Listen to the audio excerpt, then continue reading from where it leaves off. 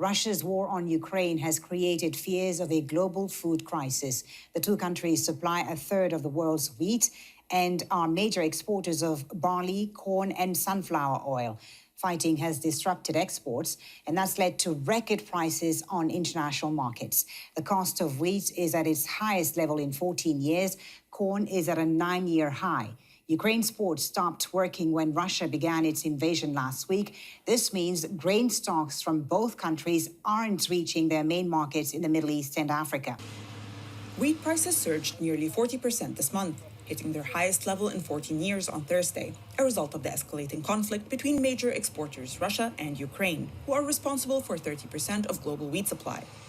The prices of cereal and bread will likely rise, though the impact might not be felt right away, since consumer prices usually lag behind commodity prices, which are contracted in advance. However, the high prices and wheat shortages will likely be felt in many countries, as Russia and Ukraine are particularly important suppliers to the Middle East, North Africa, and Asia. Oh, Christian, businesses are noticing a number of products costing more, especially wheat. Now, we spoke to the owner here at Bagel Cafe. This is near Buffalo and Summerlin Parkway. We spoke to the owner, and he tells us he's trying to navigate these costs while keeping prices down. A 50-pound bag, we used to get it 16, 17, now it's up to $21. Bagel Cafe is a restaurant, deli, and bakery. They go through a lot of flour to make all of these items. Owner Savas Andrews says while his product is from the U.S., he knows more countries are going to be wanting that same product now because less is being produced in Europe. Every day, me and my managers were scrambling around just to check, pricing. It's like a fine line. How much do you charge before they stop coming in? Especially now with the fuel prices, people are going to be watching their budgets. The American Bakers Association says wheat prices are up 11% since January and are expected to go up even more.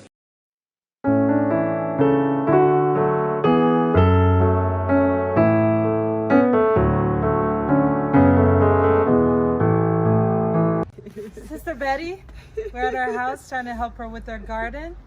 This is a nice bunch of cilantro. I'm gonna separate it because it's very good for pest control, and plant it several places in the garden. It'll give it more room to branch out as well.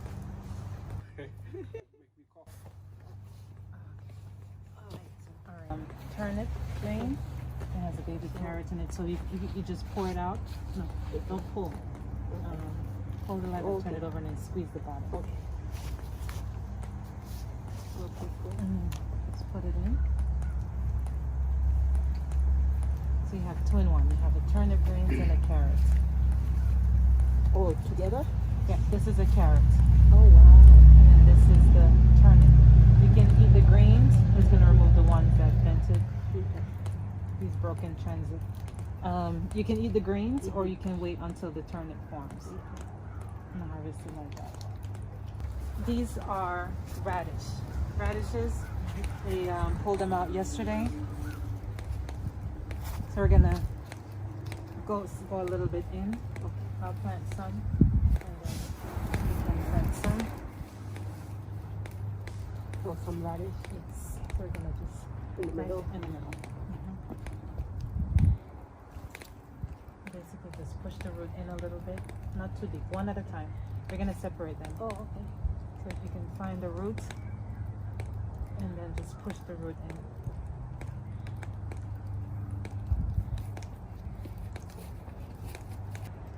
It's a good experience starting your garden now, so that when you move to the country, you'll have some experience.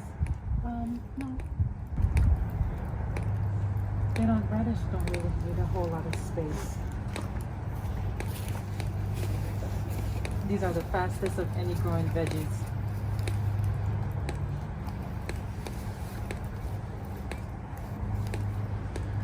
And they don't need deep work. No.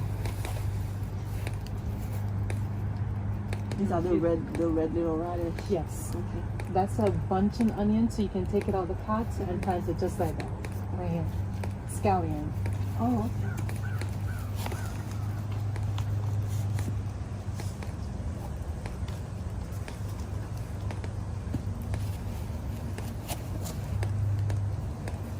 What is that? It's a Mizuna mustard.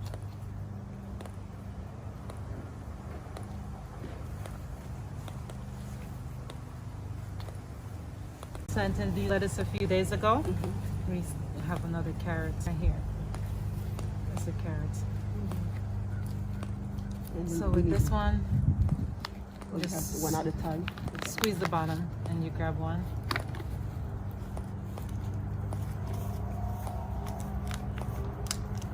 And these are all leaf lettuce, so you don't have to wait for it to form a head for you to be able to harvest.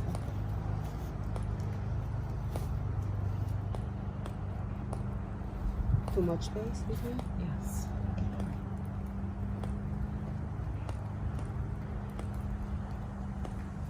We're gonna save a row right here to plant some seeds. Lettuce, you harvest them quickly, so you wanna have a good amount. So we start out with some plants and then we continue with some seeds. Since we planted lettuce right here, we're gonna save about that much space to add in lettuce, more lettuce right here. And these are garlic. Started these garlic about 2 weeks ago, and you can already see that they're nice and they have a lot of roots. Garlic is probably one of the easiest things to plant because you just separate the garlic clove, you stick it in the ground just so that the top is barely showing, and within a few days it has a lot of roots. And garlic needs a long growing season, so it's always best to start them in the fall or in the winter. So how many months to altogether? 9 months for garlic. Garlic also give you a different property to help you out in the garden. Yes, it's very good in terms of when you have burrowing insects. So, or, you know, animals. It's a very good pest repellent. We have a Scotch curled kale. Many people's favorite type of kale. This is the kale The you regular mostly green find. one? Yes, you mostly find these the in the store? garden or in the store in your people's kitchen. We're gonna put one right there. These are the centerpiece for your garden because they look so pretty. Not too deep. Is it good? That's good. Okay.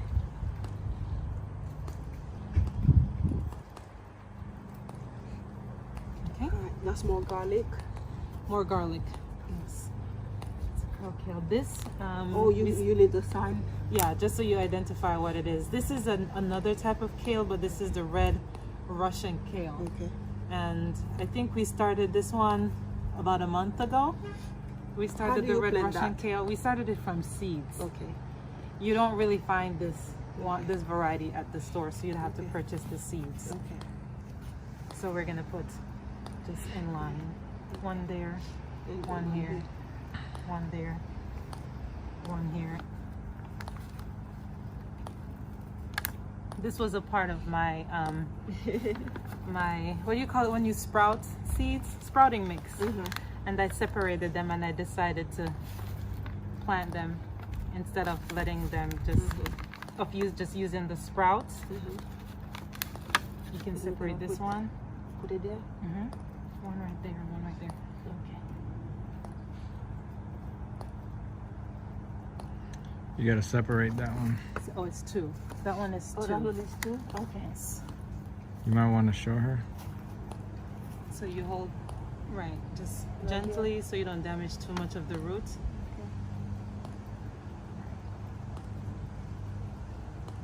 So what happens if you plant one by the two together? One will, Die? it won't die, but it won't be as strong as the other. Okay. It won't be as productive either. Yeah, both will be competing for nutrients. And you always, if you go to purchase plants, you always want to select the best of the bunch. So that's a baby there. We have romaine lettuce. These are the green romaine. It's 2 of them, so we're gonna separate it, and then not a whole lot of space because they just grow up.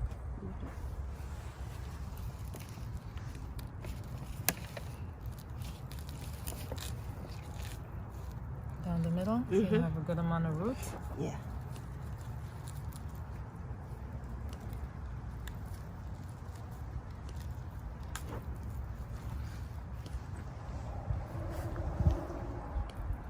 Can remove the lower leaves and just bury them. They'll add nutrients to the soil. The colored greens need a good amount of space. We're gonna put one there, One here. one here. So we're gonna put about 2. Are we splitting them also? Yes, if they're, most of them are single. I think just one of them is 2. Okay. So if it's doubled up, we'll split them. Actually, no, they're all single. Okay. This is your first, well, this is not your first time gardening. First time. It is? How do you feel? Good. Okay. Because you're looking forward to moving to the country, right? Mm-hmm. Yeah. And you need experience. Yes, yes, indeed. Next, we have some cabbage.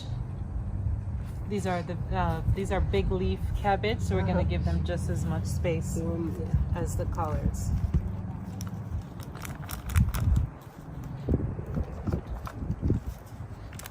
Here we have some baby beetroot. Oh, looks nice. We're gonna separate these gently as possible. Ideally, you would want to plant beets directly in the soil. They don't need that much room.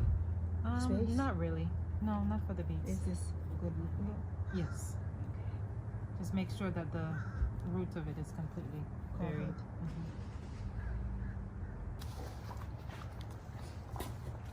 And these are callaloo. We're gonna split it. Yes. Do you like callaloo? Yeah, that was the first time I ate it when I got it from you. The Haitians call callaloo okra, right? Yeah, okra is a callaloo. How much space between those? Not a whole lot. Okay. And then you have to cut them often. Okay. So I'm gonna cut the other ones Yes. so they can start growing back. Well, thank you for joining us on Seed Time and Harvest. Bye. Bye. Happy planting. Take care.